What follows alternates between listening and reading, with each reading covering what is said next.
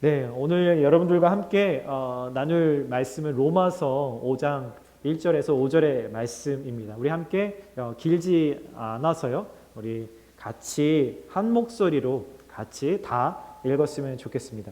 5장 1절 같이 시작. 그러므로 우리는 믿음으로 의롭다는 하나님과 더불어 화평을 누리고 있습니다. 또한 우리는 우리가 서 있는 은혜에 들어감을 얻었으며 하나님의 영광을 바라며 기뻐합니다.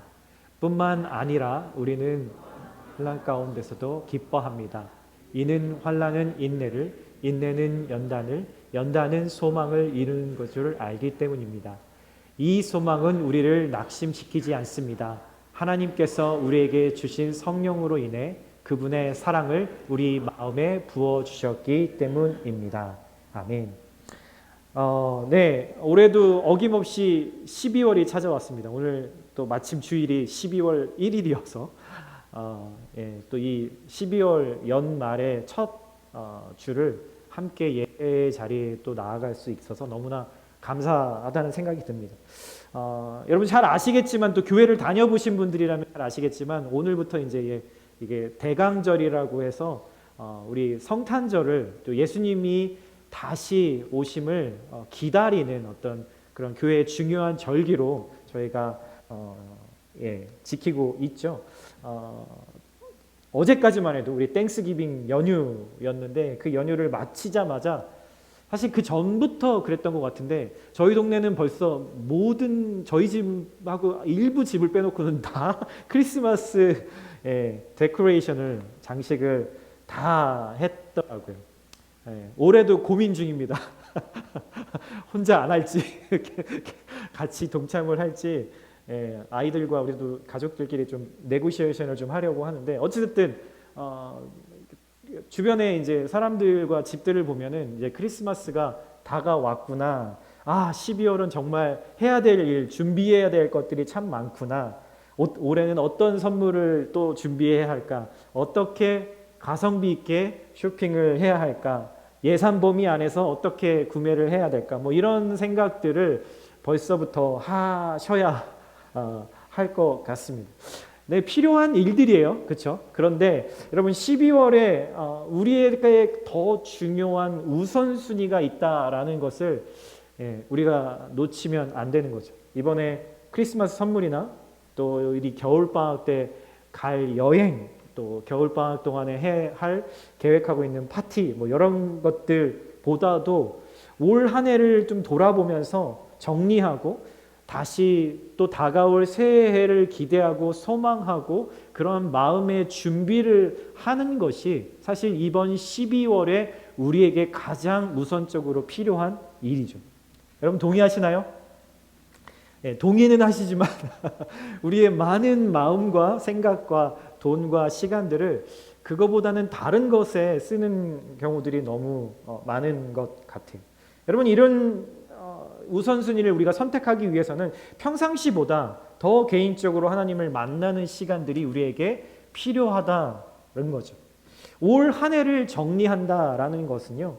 하나님이 올 한 해 나에게 어떠한 일을 행하셨는지 그리고 또 계속해서 내년도에 어떤 일을 하나님이 행하실 것인지에 대해서 궁금해하고 하나님 앞에 기도하며 묻는 시간들이 우리에게 필요하다는 이야기입니다. 여러분 많은 연말에 계획들을 하고 계실 거예요. 그래도 하나님께 나아가는 것이 가장 우선순위라는 것을 여러분 잊으면 안 됩니다. 아멘이신가요? 네, 다시 한번 제가 답을 듣고 싶어서 고개만 끄덕이지 마시고 실제로 여러분 이번 한 달 동안 말씀을 읽고 기도하는 일에 먼저 시간을 정해서 떼어 놓으시기를 바랍니다. 저도 계속해서 이제 개인적으로 이제 연말을 보내면서 기도하면서 올 한 해 하나님이 나와 그리고 우리 교회 공동체에 어떤 일을 행하셨는가, 우리 가정에 어떤 일을 행하셨는가 그런 생각을 기도하면서 하다가 문득 이런 생각이 들었어요. 우리 교회 비전에 대한 생각이 딱 떠오르더라고요. 여러분 칼라마주 한인교회에 비전이 있어요. 여러분 알고 계세요? 네, 많은 분들이 안 들어보셨다라는 표정을 짓고 계셔서 제가 한번 또 말씀드리고 또 앞으로는 종종 또 말씀을 드리려고 합니다. 우리 교회에 저희가 40주년 때에 함께 많은 또 리더들과 함께 고민하면서 이러한 비전을 저희가 함께 세웠던 기억이 있습니다. 예수 그리스도를 만나 변화된 삶으로 이끄는 교회. 여러분 한번 좀 나지막하게 조그맣게 한번 여러분들 입술로 한번 얘기해 보시겠어요? 시작. 예수 그리스도를 만나 변화된 삶으로 이끄는 교회. 네, 이게 바로 저희 칼라마주 한인교회의 비전입니다. 저는 제 생각에는 모든 교회가 다 이 비전을 갖고 있고 가져야 한다라고 생각을 해요.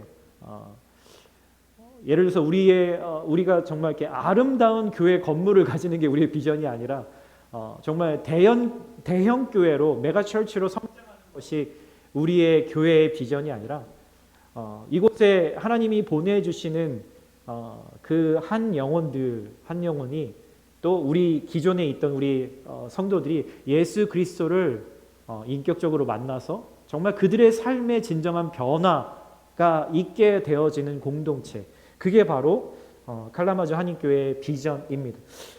이 비전에 맞춰서 하나님이 올 한 해 어떤 일들을 행하셨는가라고 생각해 보면은 정말 많은 것들이 정말 실타래처럼 하나하나 이렇게 떠오르게 되는 것 같아요. 우리가 그 일을 위해서 4가지 core value라고 해서 그것들을 한번 정리했었습니다. 이 비전을 이루기 위해서 우리는 처음으로 첫 번째, 예배 공동체를 위해서 힘써야겠다. 성령과 말씀이 균형 있게 역사하기를 소망하는 공동체. 여러분, 그래서 부족하지만 저희 금요 예배 또 주일 예배를 통해서 많은 또 지체들이, 리더들이 말씀과 성령님을 함께 경험하고 있다라고 저는 생각이 드는 것 같아요. 올 한 해에도. 그리고 두 번째는 영성 공동체, 기도와 말씀 묵상을 통해서 삶으로 살아내는 그리스도인의 공동체. 그래서 끊임없이 우리 BTS를 통해서 강조하는 게 여러분 뭐죠? 그리고 제가 설교를 통해서도 매주 똑같은 핵심 주제를 이야기하는데 이거는 귀에 못이 박히도록 여러분들이 기억하실 것 같아요. 하나님과 친밀한 관계, 교제, 이것이 바로 그리스도인의 가장 핵심이죠. 그래서 얼마 전부터 저희가 이번 하반기부터 큐티 온라인으로 우리가 큐티 나눔방을 같이 하고 있습니다. 한 23분 정도 함께 참여하셔서 물론 뭐 거기에 올리시는 분도 계시고 그냥 보고 계신 분들도 계시지만 그래도 많은 분들이 매일매일 큐티를 하면서 함께 그 은혜들을 나누고 있습니다. 왜냐하면 그것이 우리의 매일의 영적인 양식이고 음식이기 때문이죠. 네, 그래서 말씀 공동체로서의 그것이 너무나 중요하죠. 그래서 저희가 BTS를 올해에도 계속 진행을 했습니다.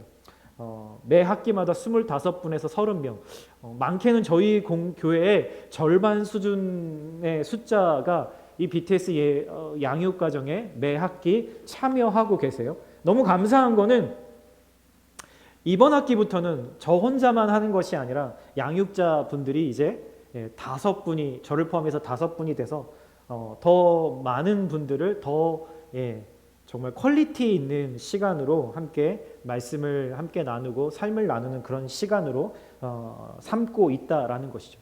어떻게 보면 이것이 가장 칼라마주 한인교회가 하나님의 교회답게 만들어가고 있는 것이 아닌가라는 생각을 합니다.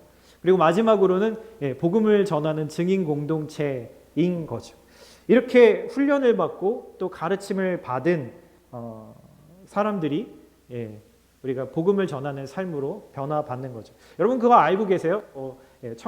저희 특별히 청년들만 봐더라도 오는 우리 청년들의 40% 정도는 아직 예수를 영접하지 않은 친구들입니다.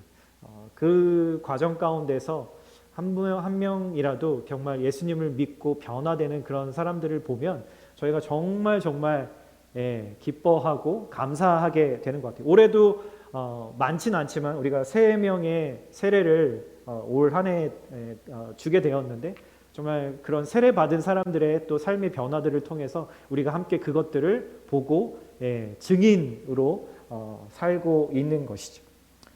여러분, 제가 여러분 올 한 해 우리 공동체에 우리 각자에게 가정에 어떤 일을 하나님이 행하셨는지에 대해서 말씀드리기 위해서 이렇게 이야기를 좀 드렸어요.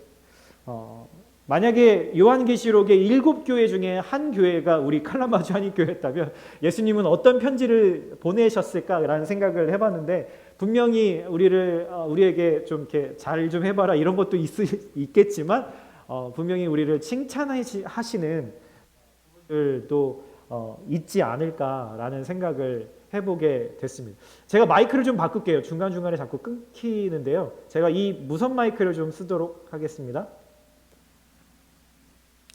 네. 네.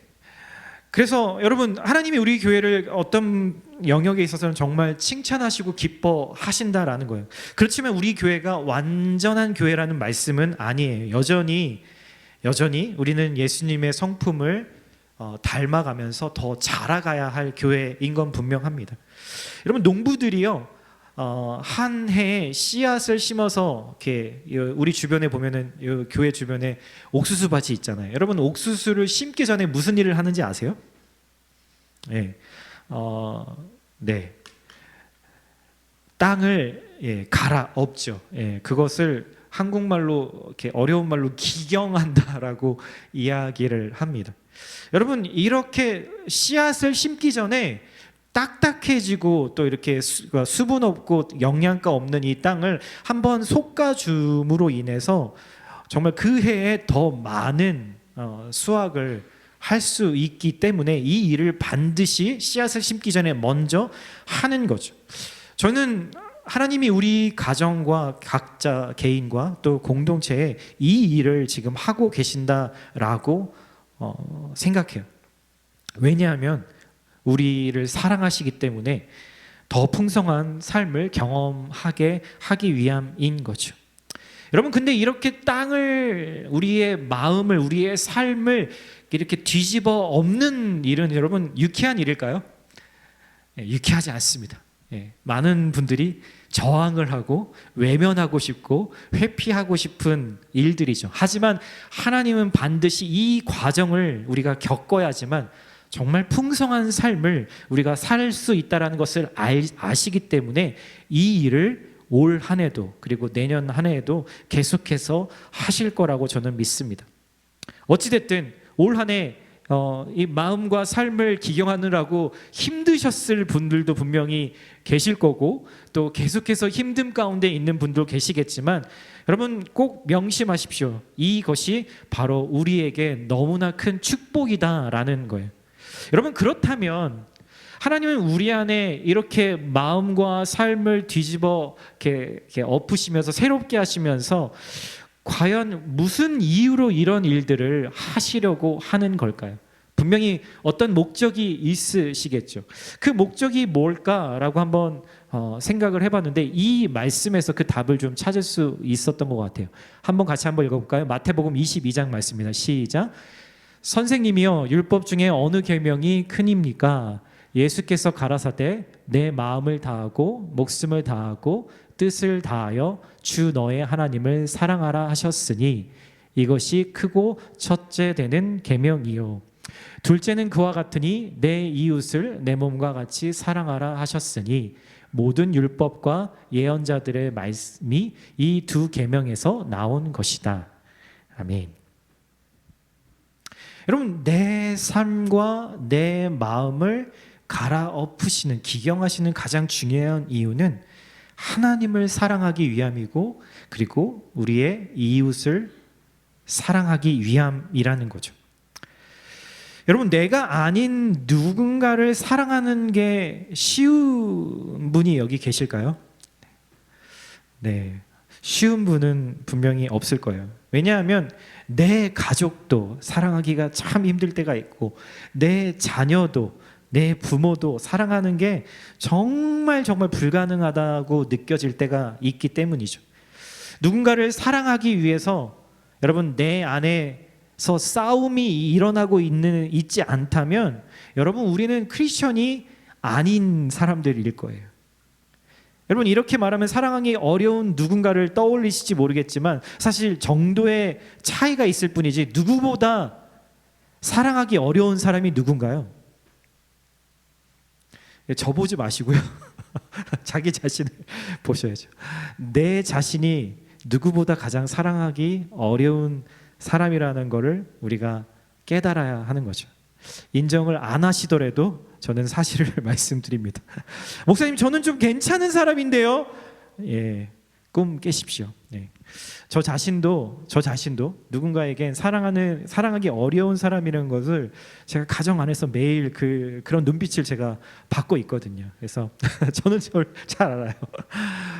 근데 바울 사도는요, 예수님이 이렇게 두 가지 계명, 가장 중요한 계명을 두 가지로 말씀하셨는데 이 계명을 다시 바울은 한 가지로 줄여서 이야기합니다.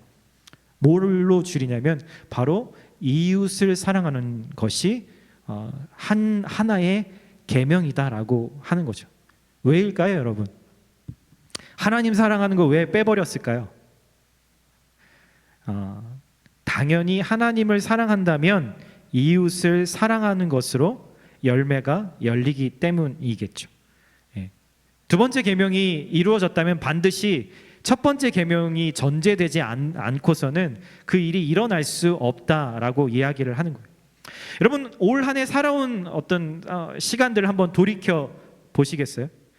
끈질기게 바뀌지 않는 것 때문에 여전히 여러분들의 삶 안에 싸우고 스트러글하고 있는 것들이 있으실 거예요.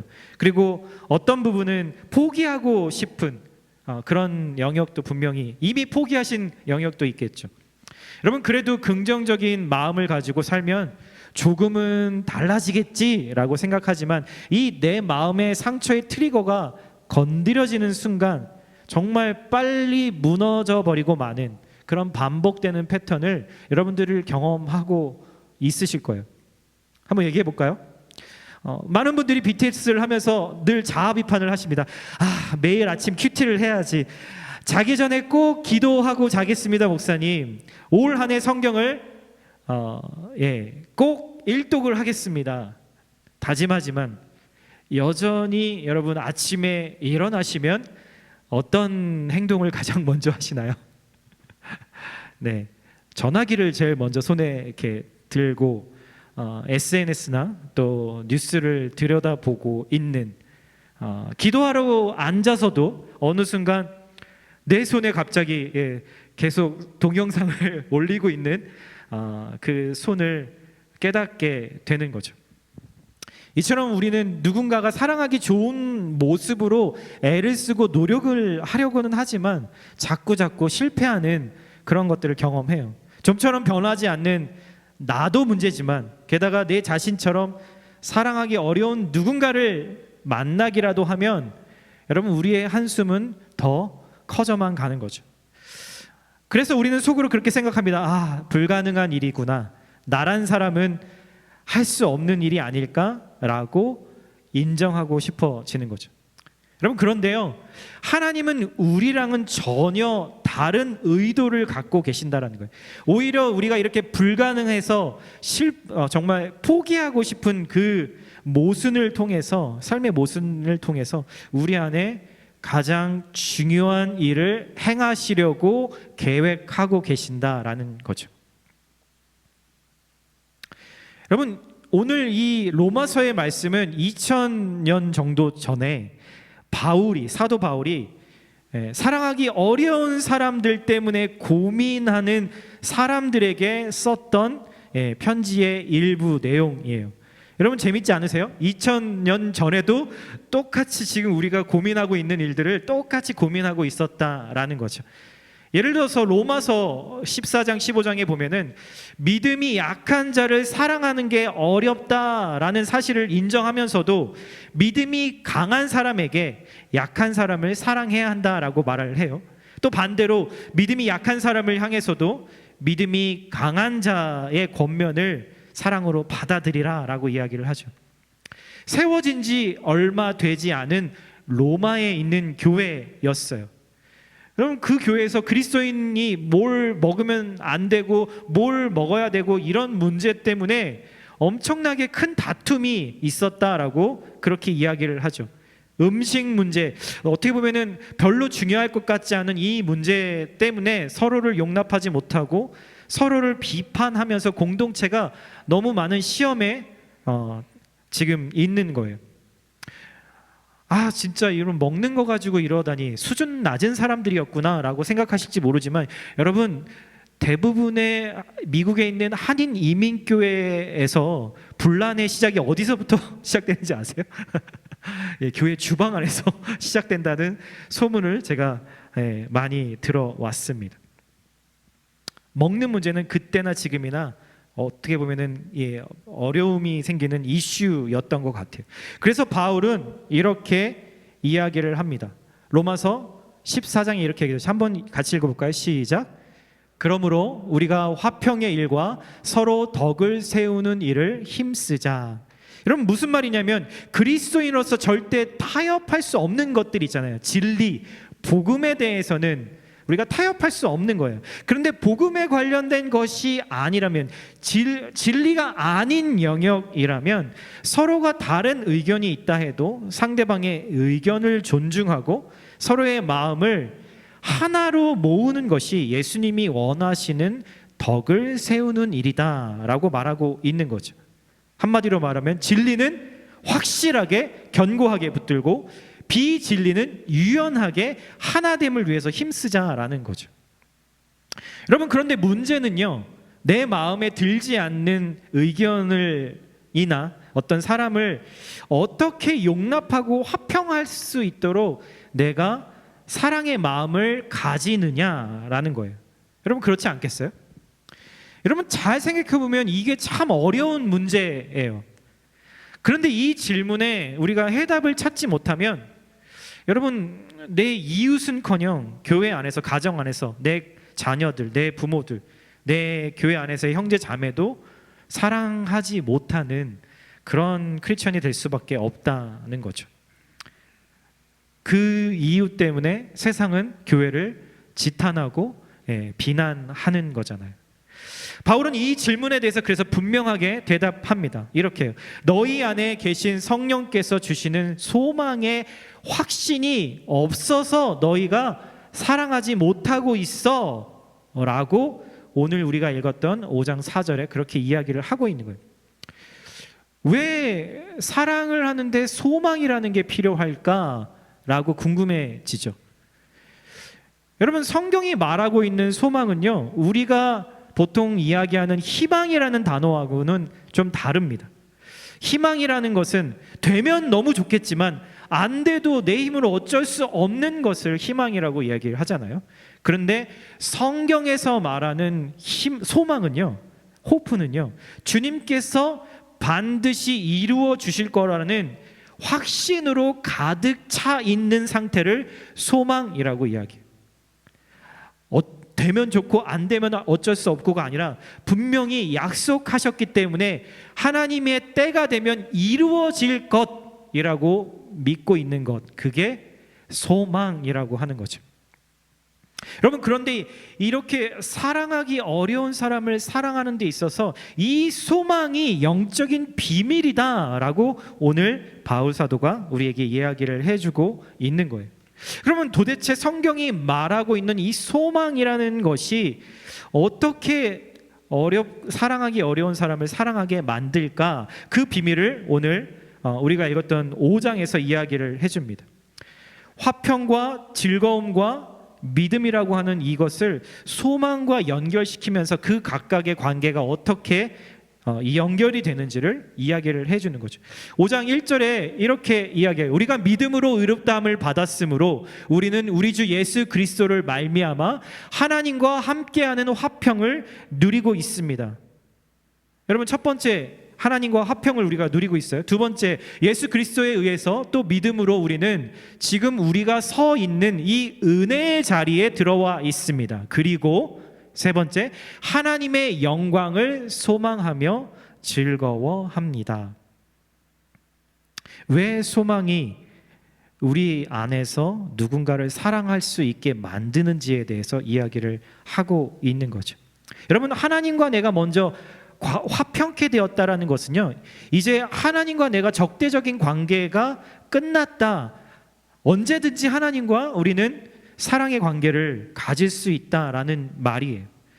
여러분, 이 화평케 하는 일은 내가 노력해서 되는 일이 아니라 하나님 입장에서 내 죄를 용서하셨기 때문에 가능해진 일이죠.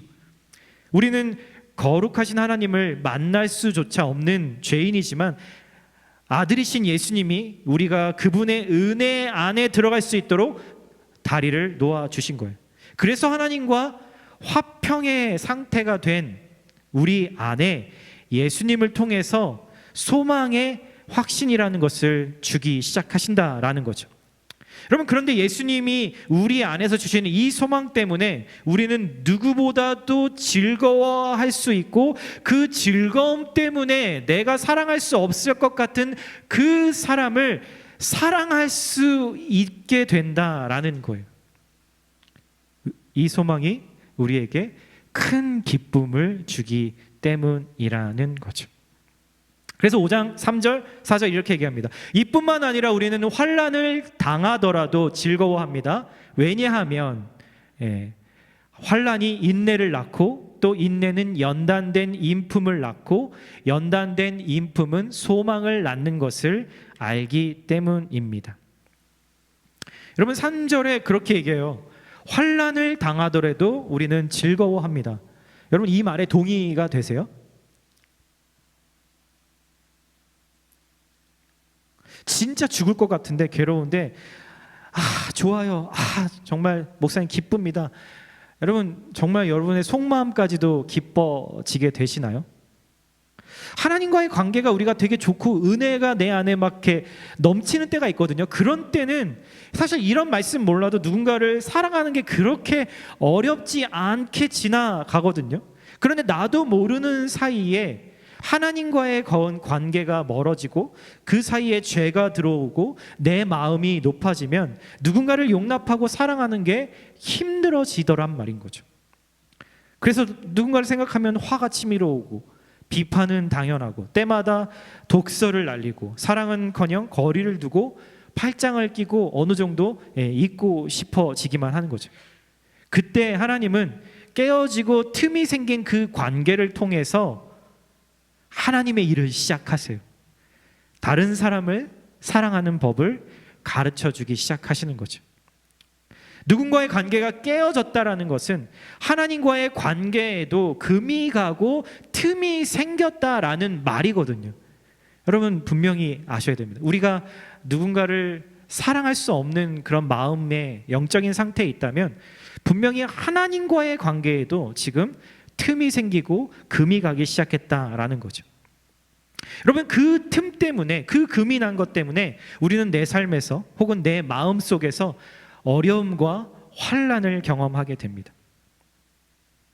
여러분, 죄는 우리에게 그 순간의 쾌락과 기쁨을 주지만 동시에 환난을 함께 데리고 오게 마련이거든요. 그런데 그리스도인에게 이 환난은 그냥 고통으로만 끝나는 것이 아니라 하나님이 이 환난을 통해서 인내를 배우게 하신다라는 거죠. 그 인내를 통해서 내 성품이 연단되고, 또 연단된 내 성품을 통해서 비로소 소망을 얻게 되는데, 그 소망이 우리에게 엄청난, 이 세상의 그 어떤 것보다도 더 근본적이고 가장 큰 기쁨을 우리에게 준다라는 거예요. 그래서 오늘 환난은 뭘 만들어낸다고요? 인내를 만들어낸대요. 여러분, 인내라는 말이요, 그냥 어려운데 정말 꾹 참고 있는 것을 인내라고 말하지 않아요. 견디고 막 이렇게 정말 힘든 그 상태를 인내라고 말하지 않고요. 성경에서 인내라는 것은 one heart로 가는 과정을 이야기해요. 무슨 말이냐면 내 고집을 꺾어서 하나님의 마음에 합한 곳으로 가기 위한 과정을 인내하는 것이다라고 이야기를 하는 거죠. 내 고집을 꺾고 하나님의 그 마음과 내 마음이 one heart가 되게 만드는 거, 그게 바로 성경이 말하는 인내인 거예요. 그래서 이 인내는요, 정말 중요한 것에 집중하도록 우리를 돕습니다. 그래서 환난은 지금 내 주위를 산만하게 만드는 것들을 가지치기 하게 하고 하나님 안에서 정말 내가 잃어버린 것들을 다시 회복하도록 집중하게 만들어서 하나님과 한 마음이 될 수 있도록 인내하게 한다라는 거죠. 여러분, 운동 전문가들이 그런 이야기들을 하더라고요. 저는 집에서 이렇게 막 아령을 들고 막 이렇게 운동을 하면서 근육을 키우기 위해서 이렇게 정해진 개수만큼을 이렇게 하려고 애를 쓰거든요. 한 번에 뭐 몇십 개씩 몇 세트 뭐 이렇게 하는데, 근데 운동 전문가들은 그런 얘기를 하더라고요. 숫자가 중요한 게 아니라 제대로 된 자세로 하는 게 훨씬 더 중요하다는 거예요. 저는 예를 들어서 뭐 한 번에 뭐 50개를 한다 그렇게 목표를 세웠다면 50개를 하는 것보다 더 중요한 거는 30개를 하더라도 제대로 된 자세로 근육이 정말 이렇게 아프더라도 그 자세를 유지하면서 하는 게 근육을 만드는데 너무너무 중요한 방법이다라고 이야기를 하더라고요. 맞나요, 이상우 집사님? 제가 어디서 들은 거라서. 근데 되게 동의가 되더라고요. 여러분, 수천 명의 사람을 그러니까 정말 많은 내가 사랑할 만한 사람을 만나는 것으로는요, 우리의 사랑의 근육을 결코 키울 수가 없습니다. 사랑하기 어려운 몇몇의 사람들을 우리가 외면하지 않고 회피하지 않고 나에게 찾아오는 마음의 그 고통을 통해서 우리가 그 영혼을 사랑할 때 우리가 사랑할 수 있는 영혼의 근육이 자라게 되는 거죠. 바로 이 인내 과정을 통해서 하나님은 우리로 하여금 예수님을 조금씩 닮아가게 하시는 거예요. 그렇게 우리의 마음은 더욱 깊어지게 하고 더 넓어지게 해서 예수님의 마음을 닮아가게 하는 거죠. 그리고 이 인내는 우리의 연단된 캐릭터를 만들어냅니다. 성품을 만들어내는 거죠. 시험을 거쳐서 흔들리지 않는 확신을 갖게 되는 단계로 이르게 하는 거예요. 그래서 우선순위를 회복하게 됩니다. 이제 무엇에 집중해야지만 되는지 분명한 확신을 가지게 되는 거죠. 그리고 이 연단된 성품은 결국은 소망을 가지게 만드는 거예요. 여러분, 이 환난은 미래에 대한 불안 때문에 우리 내면 깊은 곳에서 만들어낸 우상을 제거하게 만듭니다. 내 자신에게 하게 만들고 내 문제에만 집중하게 하는 것들을 차단해 주는 역할을 하는 거죠. 제가 보스턴에서 15년 전에 교회를 개척하는 교회 개척팀의 스텝으로 함께 섬기게 되었어요. 여러분, 그 스텝으로 섬기면서 저희가 제일 처음 했던 것은 교회 예배를 드릴 장소를 구하는 거였거든요. 근데 아시는 분은 아시겠지만 보스턴이라는 곳이 진짜 물가가 비쌉니다. 예. 정말 이런 교회를 하나 이렇게 주일날 오후에라도 예배를 위해서 렌트를 하게 되면 그 당 15년 전만 해도 3,500불을 내야 하는 상황이었어요. 그래서 정말 호텔 미팅룸이라든가 정말 많은 곳들을 정말 몇 달 동안 다 이렇게 나킹을 하고 가서 물어보고 네고시에이션을 하고 그랬던 적이 있어요. 그런데 감사하게 저희 교단이었던 미국 교단의 한 교회가 되게 오래된 교회이긴 했는데 그 교회가 저희에게 그 건물을 쉐어해 주기로 결정을 한 거예요. 정말 몇 달 동안 기도하면서 애썼는데 저희가 그 이야기를 들었을 때 너무너무 기뻤죠. 근데 그때부터 우리의 환란은 시작이 되었습니다. 그 미국 교회에 건물을 관리하시는 안수 집사님이 한 분 계셨는데 그 당시에도 거의 70 가까이 되셨던 분이셨어요. 근데 저희가 그 교회를 쓰는 것을 이렇게 다 이렇게 뒤에서 쫓아다니시면서 잔소리를 하시는 거예요. 정말 너무 오래된 건물인데 이런 카펫이 뭐가 조금이라도 스테인이라도 생기면 정말 업체를 불러서 몇백 불을 들여서라도 그 스테인을 제거하라고 저희에게 요구하셨던 분이세요. 저희는 또 더군다나 이제 또 한국 교회이기 때문에 음식을 해야 되잖아요. 근데 음식을 하면은 음식 냄새를 다 환기할 때까지 그것을 책임을 다 하라고 매 주일 저녁마다 저희에게 전화를 하셨던 분이세요. 그래서 정말 제가 그 당시에 이제 전도사였는데 로이로제가 걸릴 정도로, 그래서 막 청소를 다 끝내고 저 혼자 또 남아서 어디 먼지 하나 떨어진 거 없나까지도 이렇게 했던 기억이 있습니다. 그 당시에 제일 저에게 가장 큰 기도 제목은 그분을 위한 거였어요. 너무너무 불평이 나오는 거예요. 어떻게 하나님을 믿는 사람이라는 분이, 그리고 우리 같이 어려운 개척교회를 이렇게까지 harsh하게 대할 수가 있는가라는 생각을 하면서 불평을 하고 막 그랬던 것 같아요. 근데 이 어려움 가운데서 하나님이 우리를 기도의 자리로 인도해 주시는 것들을 깨닫게 됐어요. 그래서 그 불평을 멈추고 함께 리더들이 기도하기 시작했어요. 근데 그렇게 기도하기를 몇 달 동안 기도를 하는데 정말 그 과정 가운데도 똑같은 일들이 계속 일어났겠죠. 근데 결국에는 하나님이 우리의 마음을 바꿔 주시더라고요. 아, 정말 그 영혼을 위해서 기도해야겠구나. 왜 저분이 저렇게 사랑 없는 행동을 하실 수밖에 없을까라고 긍휼한 마음을 갖게 하시고 기도하게 하셨어요. 저희가 그때에도 금요 예배를 드렸었는데 금요 예배가 저녁 8시부터 밤 10시까지 이렇게 했었습니다. 근데 어느 날 저희가 금요 예배를 한참 드리고 한 거의 10시가 끝날 무렵이었는데 그분이 예배에 오신 거예요. 그래서 저희는 당연히 제가 막 그날 기도 인도를 하다가 그분을 보면서 마음속에 어려움이 이렇게 올라오는 거죠. 아, 또 오늘 무슨 또 이렇게 그걸 하시려고 오셨나. 근데 나중에 예배가 끝나고 그분이 저를 이렇게 찾아오셔서 평상시와 다른 표정으로 저에게 그런 이야기를 하셨어요. 자기를 위해서 좀 기도해 줄 수가 있겠냐고. 그분의 이야기를, 그분의 가족 이야기를 들었는데 너무나 정말 안타까운 마음이 들더라고요. 아무도 사랑받지 못하고 있는 그 가정의 어려움들을 보면서 아, 그분이 왜 이렇게 딱딱한 마음으로 우리에게 그러셨는가라는 이해를 갖게 됐고, 아, 그래서 하나님이 이렇게 기도하게 하셨구나. 정말 그분 때문에 저희가 많은 상처를 받았거든요. 근데 그 상처들이 그 순간 정말 이렇게 눈 녹듯 사라지게 되더라고요. 그 몇 달간의 기도하면서 인내의 시간을 통해서 하나님이 저희의 마음을 바꿔주셨고, 그리고 그 바뀌어진 마음 가운데 분명히 하나님이 하실 일들이 있겠구나라는 소망을 가지게 되었던 순간에 하나님이 그런 일들을 경험하게 하셨어요. 여러분, 사랑하기 어려운 다른 누군가를 사랑하기 위해서 하나님이 우리에게 하시는 일은요, 이 어려운 문제를 통해서 다시 하나님께 우리가 나아오게 하는 일을 하시고 계신 거예요. 에이, 목사님, 이거 뭐 당연히 아는 얘기인데요, 뭐 이렇게 뻔한 이야기를 왜 이렇게 하세요?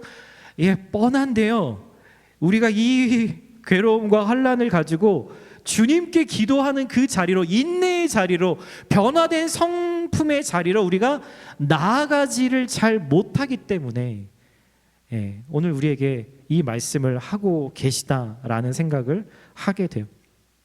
결국 내가 사랑하지 못해서 하나님을 찾는 나에게 때마다 부어주시는 그 은혜와 사랑을 통해서 결국에 하나님의 사랑으로 내가 회복되게 하시고, 하나님의 사랑은 다시 내가 결코 사랑할 수 없는 누군가를 사랑하게 만드는, 그것이 가능하게 만드는 일들을 하나님이 우리 안에서 하신다라는 거죠.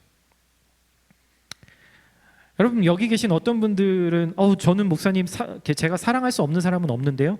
그러면 다시 한번 생각해 보세요. 내가 사랑할 수 없는 사람들은 안 만나고 계신 거 아닌가요?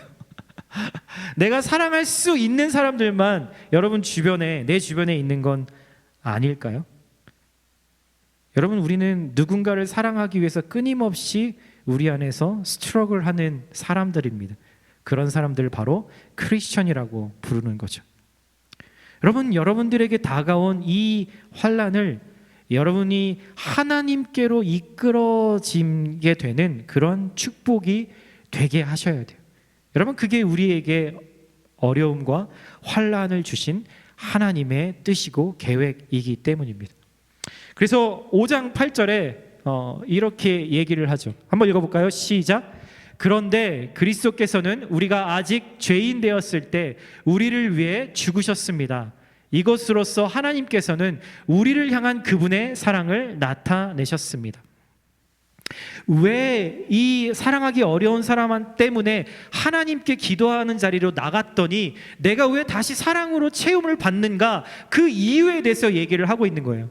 우리가 아직 죄인 되었을 때 나를 위해서 예수님이 죽으셨다라는 그 진리 앞에 우리가 서기 때문이라는 거죠. 하나님을 늘 대적하는 내 삶을 예수님이 용서하셨다라는 그 진리를 직면하게 된다면 어떻게 다른 사람에 대한 미움과 분노로 정말 내 인생을 허비하면서 살 수 있겠어요? 사랑하기 어려운 사람을 용납하기 힘들다고 느껴질 때 실은 내가 가장 사랑받기 어려운 존재였다라는 사실을 우리가 기억하고 경험하고 인정하게 된다면 우리가 누군가에 대한 마음을 바꿀 수 있게 되는 거죠. 여러분, 그래서 우리에게는 하나님을 만날 때마다 어마어마한 소망이 생기는 거고 그 소망 안에서 엄청난 은혜와 기쁨을 경험하게 된다라는 거예요. 그래서 사랑받기 어려웠던 내 상태는 하나님의 사랑을 가로막기는커녕 그 깊이와 한계를 알 수 없는 하나님의 사랑이 내 안에 채워질 수 있도록 하는 재료가 된다라는 것이죠. 여러분, 그래서 우리는 교회로, 공동체로, 가정으로 부름받은 겁니다. 우리 혼자 있지 않아요. 왜냐하면 나와는 너무나 다른 사람들을 붙여 주시는 거죠. 그 이유는 나와 우리를 예수님처럼 변화시키고 그 변화를 통해서 주님을 향한 사랑이 견고해지도록 만들게 하시기 위함이라는 거예요. 여러분, 이렇게 형제 자매를 사랑하는 것이 내가 진짜 크리스천이라는 사실을 드러내게 되는 유일한 방법이다라고 이야기를 하는 거죠. 여러분, 하나님은 우리를 그래서 그 어려움을 그렇게 사용하십니다. 그 사람을 사용하십니다. 그 어려움을 사용하십니다. 우리 옆에 분에게 한번 좀 이야기해 주시겠어요? 그 사용하시는 사람이 바로 저예요 하고 한번 얘기해 주세요. 네, 너무 황당하게 웃지 마시고 나라는 사람을 통해서 하나님이 그 일을 하실 겁니다 라고 옆에 분에게 말씀해 주세요. 네, 너무 놀라지 마세요. 제가 그럴 수 있습니다.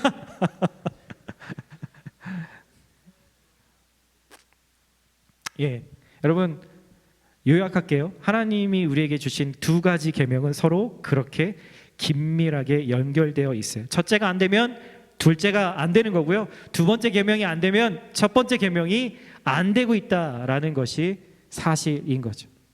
누구든지 하나님을 사랑하노라 하고 그 형제를 미워하면 이는 거짓말하는 자니 보는 바 그 형제를 사랑하지 아니하는 자는 보지 못하는 바 하나님을 사랑할 수 없느니라. 변명할 수도 따질 수도 없는 진리이죠. 그래서 우리가 마음을 다시 새롭게 기경함으로 갈아엎음으로 이제 우리에게 부탁하신 말씀을 대로 우리가 사랑해야 하는 거예요. 여러분, 대강절이 시작되었어요.